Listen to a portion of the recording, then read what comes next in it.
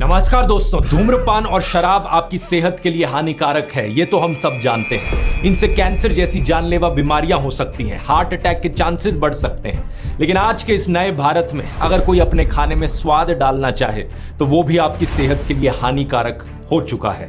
जब national commission of protection of child rights ने inquire किया तो पता चला कि हेल्थ ड्रिंक इस कैटेगरी का कोई डेफिनेशन भारत में था ही नहीं। यानी मार्केटिंग डिपार्टमेंट किसी भी चीज को हेल्थ ड्रिंक कह सकता है। और ये क्यों होता है?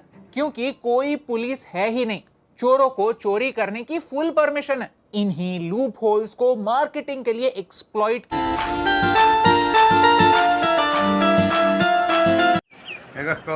Welcome to my new channel. मेरा नाम प्रियंकल है, मैं आसाम के रहने वाले हूँ। आज वीडियो कुछ खास होने वाले है का। आज वीडियो का मेन टॉपिक है खुदकुशी। तो खुदकुशी की माइंड सेटअप कैसे है और देखिए। और पहले वीडियो देखते हैं तो में भेजा। 23 अप्रैल को उसने 50 ग्राम मसाले का सैंपल भेजा और 26 अप्रैल को रिपोर्ट तैयार भी होकर आ गई। क्या पाया गया? इस मसाले में इथाइलिन ऑक्साइड की मात्रा 7.57 मिलीग्राम पर किलोग्राम की कॉन्सेंट्रेशन में मौजूद है। इसकी लिमिट है 0.1 मिलीग्राम पर किलोग्राम, यानी कि ये लिमिट से 70 गुना ज्यादा मात्रा में कैंसर कॉजिंग केमिकल मौजूद था। अब कुछ लोग बहाने मारते हैं कि दुनिया भर के देशों की ये साजिश है मोदी सरकार को गिराने की। इलेक्शन के पहले ही ऐसी खबरें क्यों आती हैं? ये खबरें इलेक्शन के पहले नहीं आ रही, ये काफी टाइम पहले से आई जा रही हैं। टीवी चैनल बस आपको दिखा नहीं रहे। अक्टूबर 2022 और सितंबर 2023 के बीच में अमेरिका ने 15% एमडीएच के प्रोडक्ट्स को रिजेक्ट किया था। 2020 से लेकर आज तक, जैसा मैंने बताया, यूरोपियन यूनियन 527 इंडियन प्रोडक्ट्स को रिजेक्ट कर चुका है या बैन कर चुका है। और अगर उन देशों पर यकीन नहीं होता तो इस रिपोर्ट को ही देख लो। ये तो एक इंडियन नहीं करवाई है, एक इंडियन लेबोरेटरी में ही। इस इशू की सीरियसनेस को समझ गए हो तो आइए अब थोड़ा इस केमिकल इथाइलिन ऑक्साइड के बारे में जानते हैं। इसका शॉर्ट फॉर्म है EO या ETO।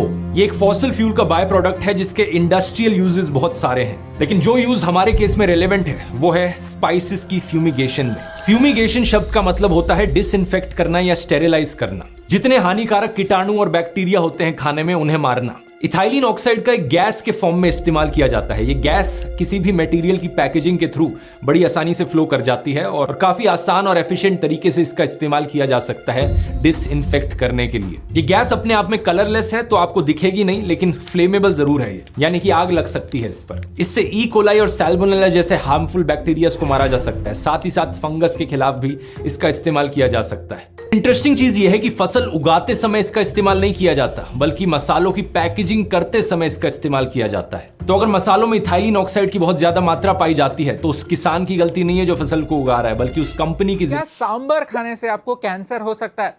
वेल, सिंगापुर और हांगकांग यही मानता है। वो कहते हैं कि अगर आप इन इंडियन मसालों के साथ खाना बनाते हैं तो आपको कैंसर हो सकता है। सिंगापुर और हांगकांग ने भारत के कुछ कंपनीज के मसालों को बैन कर दिया है। रीजन? क्योंकि इन मसालों में इथाइलिन ऑक्साइड पाया गया जो आपको कैंसर दे सकता है। वैसे ही भारत में बिकने वाले प्रोटीन पाउडर्स में पेस्टिसाइड्स, केमिकल्स और टॉक्सिन्स पाए गए। कुछ सप्लीमेंट्स जितना कहते हैं उससे आधा ही प्रोटीन उनमें होता है। और ये बात सही है। ये सब क्यों होता है? बात की तह तक पहुंचते हैं। हमने 5 ऐसे पॉइंट्स आइडेंटिफाई किए जिनकी वजह से भारत का पैकेज्ड फूड डेंजरस बन रहा है। सबसे पहला पॉइंट है फेक एड्स। कुछ समय पहले पतंजलि ने एड्स चलाए थे कि उनके प्रोडक्ट्स अस्थमा और हार्ट डिसीजेस से छुटकारा दिला सकते हैं। सुप्रीम कोर्ट ने पतंजलि को पूछा कि आप अस्थमा और हार्ट कंडीशंस को ट्रीट करने के दावे किस बेसिस पर कर रहे थे? क्या कोई डेटा है? क्या कोई लैब टेस्टिंग हुई थी? किन एक्सपर्ट्स को कंसल्ट किया गया? फेक या मिसलीडिंग एड से ही आपको बेवकूफ बनाने की शुरुआत होती है। आपने ऐसा कोई ना कोई एड तो देखा ही होगा ना। उस एड का नाम कमेंट्स में जरूर लिख दीजिए। आज कोई भी कंपनी अपने एड में कुछ भी कह सकती है और एड चलाने से पहले उसे कोई चेक नहीं करता। Advertising standards council of India misleading claims को आइडेंटिफाई करती है, लेकिन ये कोई लीगल बॉडी नहीं है। ये एक वॉलंटरी सेल्फ रेगुलेटिंग बॉडी है। एक सेल्फ रेगुलेटरी ऑर्गेनाइजेशन गवर्नमेंट का काम नहीं कर सकता। और इसीलिए भारत में सरेआम शुगर से भरे ड्रिंक्स को हेल्थ ड्रिंक के नाम पर बेचा जाता है। जिम्मेदारी है जो पोस्ट हार्वेस्ट ट्रीटमेंट के दौरान और पैकेजिंग करने से पहले इथाइलिन ऑक्साइड का इस्तेमाल कर रही है। प्रॉब्लम स्टोरेज के वक्त आ रही है। ये एक बड़ा सिंपल सा फ्लो चार्ट आप देख सकते हैं स्क्रीन पर, जो अलग अलग प्रोसेसेस बताता है जो इन्वॉल्व हैं इथाइलिन ऑक्साइड की स्टेरिलाइजेशन के दौरान। सबसे पहले प्री कंडीशनिंग होती है, humidity, temperature, pressure control check किया जाता है, फिर इस गैस के द्वारा स्टेरिलाइजेशन किया जाता है और फिर उस गैस की इवैक्यूएशन और गैस वॉशिंग करी जाती है। ये जो तीसरा प्रोसेस है इसका नाम है एरिएशन, और ये बहुत बहुत जरूरी प्रोसेस है क्योंकि यहां पर इस केमिकल को वापस से बाहर निकालने का काम किया जाता है। नाइट्रोजन इंजेक्शंस और वैक्यूम डीगैसिंग का इस्तेमाल किया जाता है इस केमिकल को खत्म करने के लिए। ये बहुत इंपॉर्टेंट इसलिए है क्योंकि इसी स्टेप पर प्रॉब्लम आती है। अगर खाने की स्टेरिलाइजेशन कर ली ईटीओ से, लेकिन उसके बाद इसकी एरिएशन ढंग से नहीं करी गई, तो केमिकल के कुछ ट्रेसेस खाने में बच जाएंगे। इससे कुछ और हानिकारक केमिकल कंपाउंड्स की फॉर्मेशन होगी, जैसे कि 2-क्लोरोइथेनॉल या इथाइलिन क्लोरोहाइड्रीन या इथाइलिन ग्लाइकॉल। ये वही हानिकारक केमिकल्स हैं वैसे जो कफ सिरप्स में भी पाए गए थे। इसकी बात मैंने फार्मा फाइल्स वाले वीडियो में करी थी। वही कफ सिरप्स जिनकी वजह से बच्चों की मौत हो गई थी उज्बेकिस्तान में। और यही कारण है कि international agency for research on cancer ethylene oxide को ग्रुप 1 कार्सिनोजेन की कैटेगरी में डालती है। इन्होंने 4 अलग अलग ग्रुप्स बना रखे हैं क्लासिफिकेशन के। ग्रुप 1 में वो चीजें हैं जिनसे फॉर श्योर इंसानों को कैंसर होता है। ग्रुप 2A में वो चीजें हैं जिनसे प्रोबेबली कैंसर होता है इंसानों को। ग्रुप 2B में वो चीजें हैं जिनसे पॉसिबली हो सकता है कैंसर इंसानों को। और ग्रुप 3 वाली चीजें नॉन क्लासिफाइबल हैं। तो ग्रुप 1 वाली चीजें सबसे ज्यादा खतरनाक है। एक ये लिस्ट देख सकते हो अलग अलग केमिकल्स की जो ग्रुप 1 में आते हैं। कई सारी चीजें आती हैं इसमें, जैसे कि कोयला, टोबैको, एल्यूमिनियम की प्रोडक्शन, डीजल इंजन का एग्जॉस्ट, और इनमें से एक एंट्री यहां पर इथाइलिन ऑक्साइड की भी है। इसके बारे में तो ये तक कहा गया है कि इवन लो लेवल्स पर इथाइलिन ऑक्साइड से लिम्फोइड कैंसर और ब्रेस्ट कैंसर का रिस्क बढ़ जाता है। अगर आप इस गैस को इनहेल करते हो, इससे सेल्यूलर मटेरियल में आपके परमानेंट म्यूटेशंस हो सकती हैं, जो कि आपकी आने वाली किया जाता है। भारत के फूड सेफ्टी रूल्स में गैप्स हैं। बेबी फूड का एग्जांपल लेते हैं। WHO ने कहा है कि 2 साल से कम एज के बच्चों को एडेड शुगर से दूर ही रहना चाहिए, नहीं तो आगे जाकर डायबिटीज, हार्ट डिजीज और कैंसर के चांसेस बढ़ते हैं। यहाँ उन्होंने खास करके एडेड शुगर पर फोकस किया है। हमने फसाई के बेबी फूड्स के बारे में सारे रूल्स पढ़े तो पता चला कि रूल्स में एडेड शुगर कितनी हो सकती है इसके बारे में कोई लिमिटेशंस है ही नहीं। किसी भी खाने के आइटम के पीछे आपको फसाई का ये लोगो दिखेगा। FSSAI stands for food safety and standards authority of India. FSSAI का काम है खाने के आइटम्स के लिए साइंस बेस्ड स्टैंडर्ड्स बनाना। Food storage, manufacturing, distribution, sale, import को रेगुलेट करना, उनके बनाए गए स्टैंडर्ड्स को एनफोर्स करना, फूड कंटेमिनेशन से रिलेटेड डेटा को कलेक्ट करना, उसमें से रिस्क्स आइडेंटिफाई करना और एक रैपिड अलर्ट सिस्टम सेटअप करना, पूरे भारत में एक इंफॉर्मेशन सिस्टम तैयार करना, फूड सेफ्टी के बारे में जनरल अवेयरनेस फैलाना। यानी बेबी फूड में इतनी शुगर क्यों, ये सवाल फसाई को पूछना चाहिए। लेकिन ये सवाल पूछा किसने? पब्लिक आई नाम के एक NGO ने नेस्ले के शुगर इशू पर रिपोर्ट निकाली।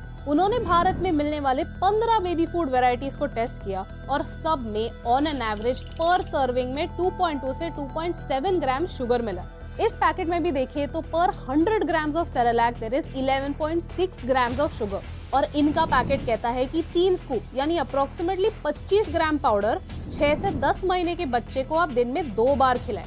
10 से 12 महीने के बच्चे को 4 स्कूप यानी 33 ग्राम्स आप दिन में 2 बार खिलाएं। और 12 से 24 महीने के बच्चे को आप 6 स्कूप यानी 50 ग्राम सेरेलैक दिन में 2 बार खिलाएं। जस्ट सोचिए आप अपने बच्चे को कितना सारा एडेड शुगर हर रोज बेबी फूड के नाम पर खिला रहे हैं। पैक के पीछे देखें तो साफ साफ लिखा होता है कि इसमें इतनी शुगर है। पैक पर तो ये भी लिखा होता है कि माँ का दूध बच्चे के लिए बेस्ट न्यूट्रिशन है। तो यहाँ अवेयरनेस फैलाने वाली पीढ़ियों में भी पास ऑन करी जा सकती है। यही कारण है कि यूरोपियन यूनियन की जीरो टॉलरेंस पॉलिसी है इथाइलिन ऑक्साइड को लेकर। ना सिर्फ इन्होंने अपने सारे यूरोपियन देशों में कंप्लीटली बैन कर दिया इथाइलिन ऑक्साइड को, बल्कि ये भी कहा कि इंपोर्टेड चीजों में भी इथाइलिन ऑक्साइड बैंड है। इस पॉलिसी में एक थोड़ा सा बदलाव आया था साल 2003 में, जब इन्होंने देखा कि इंपोर्टेड खाने में माइक्रोबियल कंटेमिनेशन का रिस्क काफी ज्यादा है। तो इसको मद्देनजर रखते हुए इन्होंने कहा कि ठीक है, इंपोर्टेड खाने में हम बहुत थोड़ी सी मात्रा का इथाइलिन ऑक्साइड अलाउ करेंगे। इन्होंने एक मैक्सिमम रेजिड्यूअल लिमिट डिफाइन करी 0.2 मिलीग्राम्स पर किलोग्राम की। मतलब ईटीओ का इतना सा रेजिड्यू रह गया तो चलता है, लेकिन इससे ज्यादा अलाउड नहीं है। लेकिन इस लिमिट को भी 2022 में यूरोपियन कमीशन ने और भी कम कर दिया। इन्होंने कहा 0.2 भी नहीं, 0.1 मिलीग्राम पर किलोग्राम नई लिमिट होगी। तो आज के दिन ईटीओ की इतनी एक्सेप्टेबल लिमिट है यूरोप में, और वो भी सिर्फ इंपोर्ट किए जाने वाली चीजों में। जो चीजें यूरोप के अंदर बन रही हैं उनमें कंप्लीटली बैंड है ईटीओ का इस्तेमाल। पिछले साल अप्रैल 2023 में इन्होंने ईटीओ की क्लासिफिकेशन भी बदल दी। इन्होंने कहा हम इसे फ्यूमिगेंट नहीं बुलाएंगे, हम इसे पेस्टिसाइड रेजिड्यू बुलाएंगे। इस डेफिनेशन को बदलने का मतलब था कि हर एक यूरोपियन देश के लिए यह मैंडेटरी बन गया वो अपने फूड सैंपल्स की टेस्टिंग कराएं ईटीओ को लेकर। सिंगापुर की बात करी जाए, सिंगापुर की जो मैक्सिमम अलाउड लिमिट है इथाइलिन ऑक्साइड की, वो यूरोप से कहीं ज्यादा है, 50 मिलीग्राम पर किलोग्राम। इनके देश में फ्यूमिगेशन के तौर पर ईटीओ का इस्तेमाल करना अलाउड है, लेकिन जो लिमिट है इनकी 500 गुना ज्यादा है ये यूरोप की लिमिट से। और फिर भी जब इन्होंने एवरेस्ट के फिश करी मसाला की टेस्टिंग करी तो अपनी लिमिट से ज्यादा इन्होंने ये केमिकल पाया। हांगकांग की बात करें तो इस मामले में हांगकांग की रेगुलेशंस ज्यादा मजबूत हैं सिंगापुर से। ये ना सिर्फ ईटीओ को एक पेस्टिसाइड कंसीडर करते हैं, बल्कि इनके देश में इसे फ्यूमिगेशन के तौर पर इस्तेमाल करना अलाउड ही नहीं है, और ना ही इसे पेस्टिसाइड के तौर पर इस्तेमाल करना अलाउड है। अगर हांगकांग में फूड क्वालिटी को लेकर सही रूल्स बनाने की जिम्मेदारी किसकी? फसाई की। सेफ्टी इंश्योर करने के लिए खाने को लैब्स में टेस्ट करना पड़ता है, जिससे दूध का दूध और पानी का पानी हो सकता है, क्वाइट लिटरली। क्योंकि लैब टेस्टिंग से ही पता चलता है कि कंपनी जो दावे कर रही है वो कितने सच है, न्यूट्रिएंट्स क्या है, कितनी शुगर है और कुछ हार्मफुल सब्सटेंसेस तो नहीं।